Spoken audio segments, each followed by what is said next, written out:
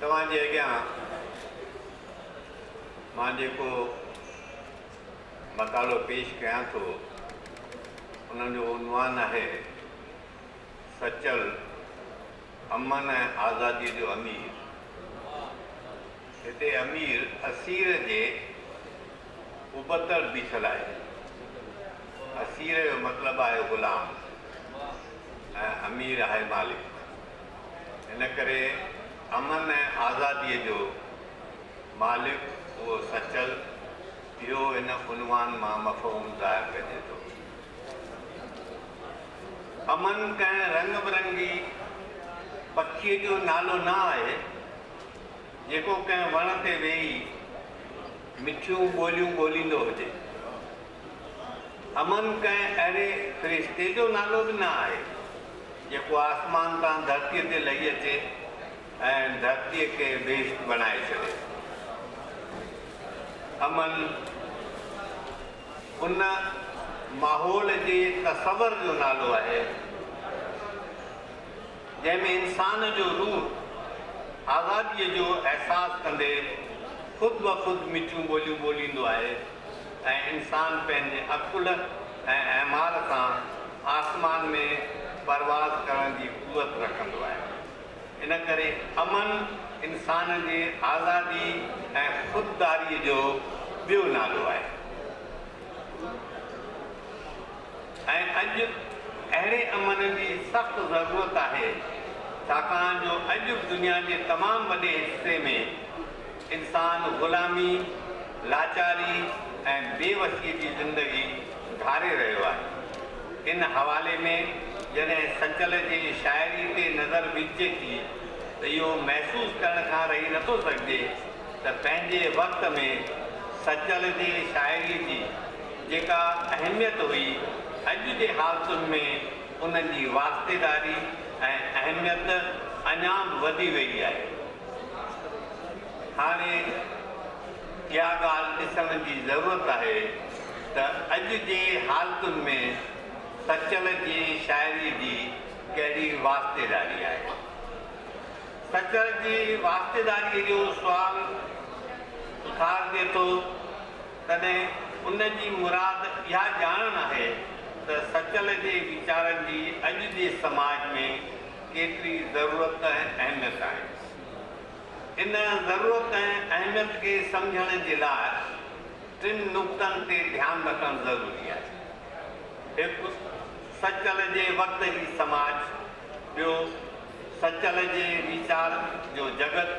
टियों, सचल जे वीचारनि जे मौजूदह समाज में अहमियत। हाणे सभ खां अवल सचल जे वक़्त जी सिंध ऐं सिंध जी समाज जे ॼाण जी ज़रूरत आहे। आम मयता मूजिबि सचल जो जनमु 1739 में थियो ऐं संदसि वफ़ात 1829 में थी।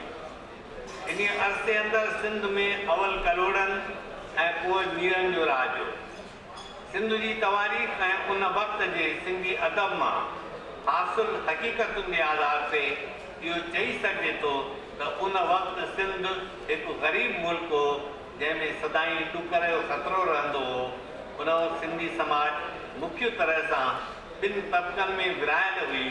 हिकु ज़मीनदार तबिक़ो ऐं ॿियो हो पोरियत या ग़रीब तबिक़ो। अमीर या ज़मीनदार तबिक़े वटि ज़िंदगी जूं ॿई नेमतूं मौजूदु हुयूं जॾहिं कि ग़रीब तबिक़ो ज़िंदगी जे मिलनी नेमतुनि खां महरूम हो। हाकिमनि खे हुकूमत हलाइण जो न शऊर हो ऐं न वरी को उन हो। संदनि लाइ हुकूमत करण जो मतिलबु हो ऐश अशरत ऐं शिकार करणु। चवनि था त उन वक़्तु सिंध जो लॻभॻि 3 हिसो हाकिमनि, ज़मीनदारनि ऐं अमीरनि लाइ शिकार गाह हो। धार्मिक ख़्याल खां ॾिसिजे त 16वीं सदीअ खां पोइ हिंदू भक्ति ऐं मुसलमाननि जे आज़ाद ख़्यालीअ जे अनासरनि मां सिंधी सूफ़ी मत जो आगाज़ थी चुको हो। जंहिं मत जा पोइलॻ हिंदू ऐं मुसलमान ॿई हुआ पर सिंध में अञा तहज़बी ऐं कतर तबिक़ो ज़ोर हो। इन करे उन वक़्तु शरीयत जूं पाबंदियूं वधियल हुयूं इन करे अमीरी ऐं इन करे मीरी ऐं पीरी मुर्शिदी ऐं शेखी मखसूमी जो मुल्क में ज़ोर हो। आम माण्हू वहमनि ऐं संतनि जो शिकार हुआ ऐं पाखंड भरी पोइ लॻी चोट ते हुई। चवनि था त सिंध में उन वक़्तु माण्हुनि जे रहण लाइ जेतिरा घर हुआ उन खां घणा पूॼण लाइ मक़बरा हुआ। इन सिंध जे इन हालत खां पोइ सचल जे वीचार जगत ते थोरी नज़र विझी। सचल जे वीचार जगत जो वॾो हिसो उहो आहे जंहिंजो कंहिं महदूद धरतीअ जे हिसे या कंहिं महदूद वक़्त सां को लाॻापो कोन्हे। उहो लाज़मान ऐं लामकान आहे।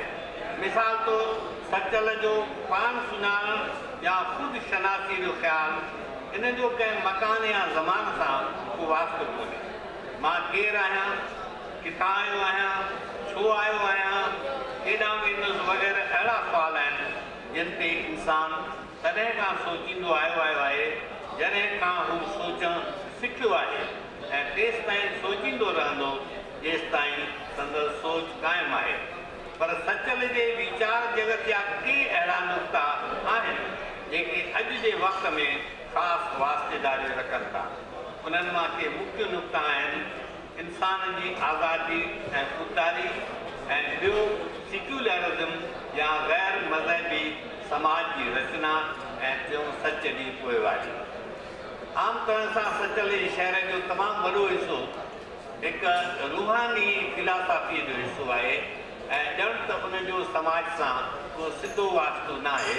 उहो कहिड़े बि समाज में कहिड़े बि हंधि कहिड़े बि मकान ऐं ज़मान में साॻी तरह सां पंहिंजी अहमियत रखे थो। पर के नुक़्ता आहिनि जेके उन वक़्त जे ऐं अॼु जे सिंधी समाज सां उन्हनि जी गहरी वास्तेदारी आहे। मिसाल तौरु इंसान जी आज़ादी ऐं ख़ुददारीअ जो नुक़्तो। सचल इंसान जी आज़ादी ऐं ख़ुददारीअ जो अलमबरदार आहे।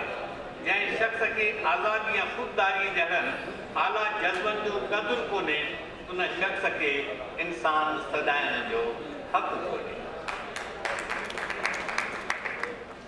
इक़बाल जॾहिं इंसान जे ख़ुददारीअ खे ललकारींदे चयो हो त खुदी को कर बुलंद इतना कि हर तकदीर से पहले खुदा बंदे से खुद पूछे बता तेरी रज़ा क्या है, तॾहिं बि संदसि हद इहा हुई त इंसान पंहिंजी तकदीर लिखण में पाण बि हिसेदार थिए। पर सचल इंसान जे ख़ुददारीअ खे इन खां घणो बुलंद थो सम्झे ऐं हू इंसान खे ख़ुदि ख़ुदा बणजण लाइ ललकारे थो ऐं इन करे चवे थो त अल्लाह अल्लाह छो चवी पाण ई अल्लाह ॼाण। सचल जे ख़्याल मुजिब इंसान खे पंहिंजे कारगुज़ारियुनि सां अहिड़ो बुलंद परवाज़ थियणु घुरिजो आहे जो हू बंदे मां ख़ुदा बणिजी पवे। इन करे सचल चवे थो सोई कमु करीजे जिस विच अल्लाह आप बणीजे। हक़ीक़त में ख़ुददारी ऐं आज़ादी हिक ई सिके जा ॿ पासा आहिनि। इन करे सचल खे इंसान जे ग़ुलामीअ खां सख़्तु नफ़रत आहे। सचल इंसान खे पानप जे वहम खां आज़ादु थियण लाइ ललकारींदे चवे थो वहम सचल कद पानप वारो शमलो बद शहान। हिते तमामु अहम ध्यानु ॾियण जहिड़ी ॻाल्हि आहे त सचल बानप खे वहम थो सम्झे। इहो हिकिड़ो तमामु अहम नुक़्तो आहे जंहिं ॾांहुं असांजो कॾहिं ख़्यालु न वियो आहे। सच बानप को जिस्मानी बंधन न आहे। बानप त ख़्याल जो बंधन आहे। असली ग़ुलामी दिमाग़ी ऐं रूहानी आहे। सचल उन दिमाग़ी ग़ुलामीअ खां निजात पाइण लाइ चवे थो अवल भेरे वञ ही बंद ख़्यालात जा। ही ख़्यालाती आहे जेका इंसान खे बानो महसूस कराए थी। ॿियारनि में इंसान खां बानप जो को वास्तो न आहे ऐं इंसान जॾहिं चाहे तॾहिं हू पंहिंजी आज़ादी खे हासिल करे सघे थो। इंसान जे आज़ादीअ लाइ कयल सचल जी ललकार पंहिंजे वक़्त में बि वास्तेदार हुई, पर अॼु जे ज़माने में उन जी वास्तेदारी अञा वधियल आहे। अॼु जेतिरा योगी ऐं महात्मा सन्यासी ऐं संत दरवेश ओलिया ऐं पैगंबर ऐं मुर्शिद पैदा थी विया आहिनि अणपढ़ियल सादा समाजा विसूड़ल माण्हू ई न पर पढ़ियल ऐं दानश्वर सम्झा वेंदड़ सियाणा पंहिंजी सम्झ ऐं सोच खे तिलांजलि ॾेई उन्हनि पाखंडियुनि जे पोइलगी में लॻा पिया आहिनि। आम माण्हू ईअं था सम्झनि त करामतूं कंदड़ इहे शख़्स के पहुतल पुरुष आहिनि, पर सचल साफ़ चए थो त इन क़िस्म जूं करामतूं बि हिकु क़िस्म जो हुनुर आहिनि ऐं अहिड़ियूं करामतूं कंदड़ शख़्स दरवेशी खां दूर ऐं महज़ दौलत जा दीवाना आहिनि। सचल चवे थो छा थियो थियनि लतीफ़ा जारी ही बि हुनर बहाना कशफ कबूल सबेई ही पिण धूड़ दीवाना लिखनि नक्श कमाइनि कीमिया मेड़नि माल खज़ाना। मतिलब त अॼु इन ॻाल्हि जी सख़्तु ज़रूरत आहे त असीं सचल जो कौल दिलि सां हंडायूं ऐं अवल ख़यालात जा बंद भञूं। सेक्युलर या गैर मज़हबी समाज जी रचना बाबति सचल जो ख़्यालु मां सम्झां थो अॼु तमामु वॾी अहमियत रखे थो। सचल जे वीचार जो ॿियो अहम नुक़्तो आहे सेक्युलर या गैर मज़हबी समाज जी रचना।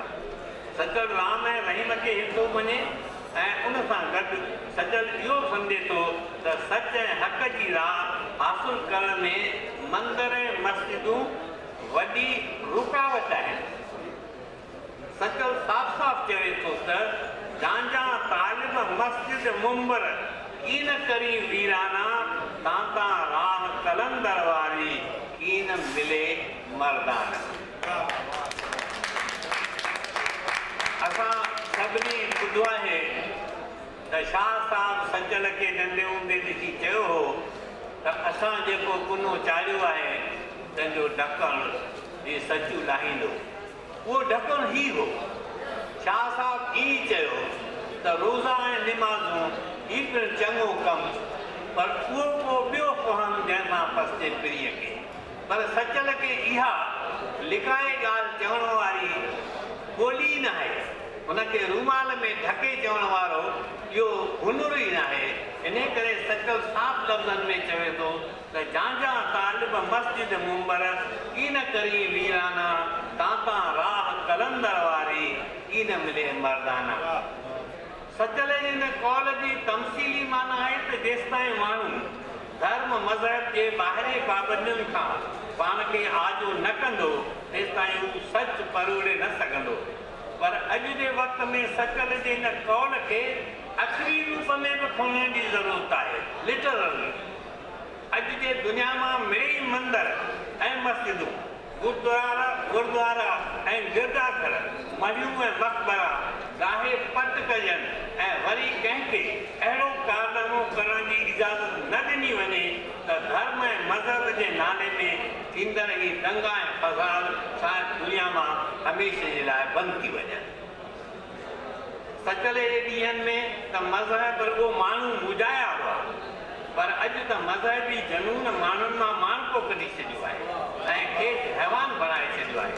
अॼु सॼी दुनिया में मज़हबी जनून फैलिजी रहियो आहे ऐं अॼु किथे हिंदू ऐं मुस्लमान त किथे सुन्नी ऐं शिया, किथे कैथलिक ऐं प्रोटेस्टेंट त किथे ॿोधी ऐं गैर ॿोधी हिक ॿिए जे खून पीअण जे लाइ तयारु वेठा आहिनि। इन करे अॼु सचल जे तसवर वारी गैर मज़हबी समाज क़ाइमु करण जी सख़्तु ज़रूरत आहे।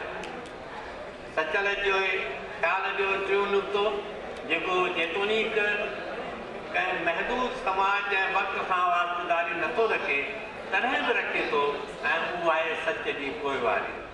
सचल जे वीचार जगत जो मर्कज़ी नुक़्तो आहे सच जी पोइवारी करणु। सचल दुहिल ते चौको खणी चवे थो सच था मर्द चवनि, कंहिंखे वणे न वणे, पूरी दोस्तीअ जो दम बणे न बणे। सच ललकारे चवे थो सचल त मंसूर ॼण सच चवण जी मुर्सी हुजे त पाण खे मंसूर चओ, न त पाण खे मंसूर चवणु छॾे। मुर्स थी मंसूर चओ, न त कीम चओ मंसूर आ। सचल जी सचला हयल हिन सदा जी उन वक़्तु सख़्तु ज़रूरत हुई, पर अॼु जे ज़माने में उनजी अञा वधीक ज़रूरत आहे।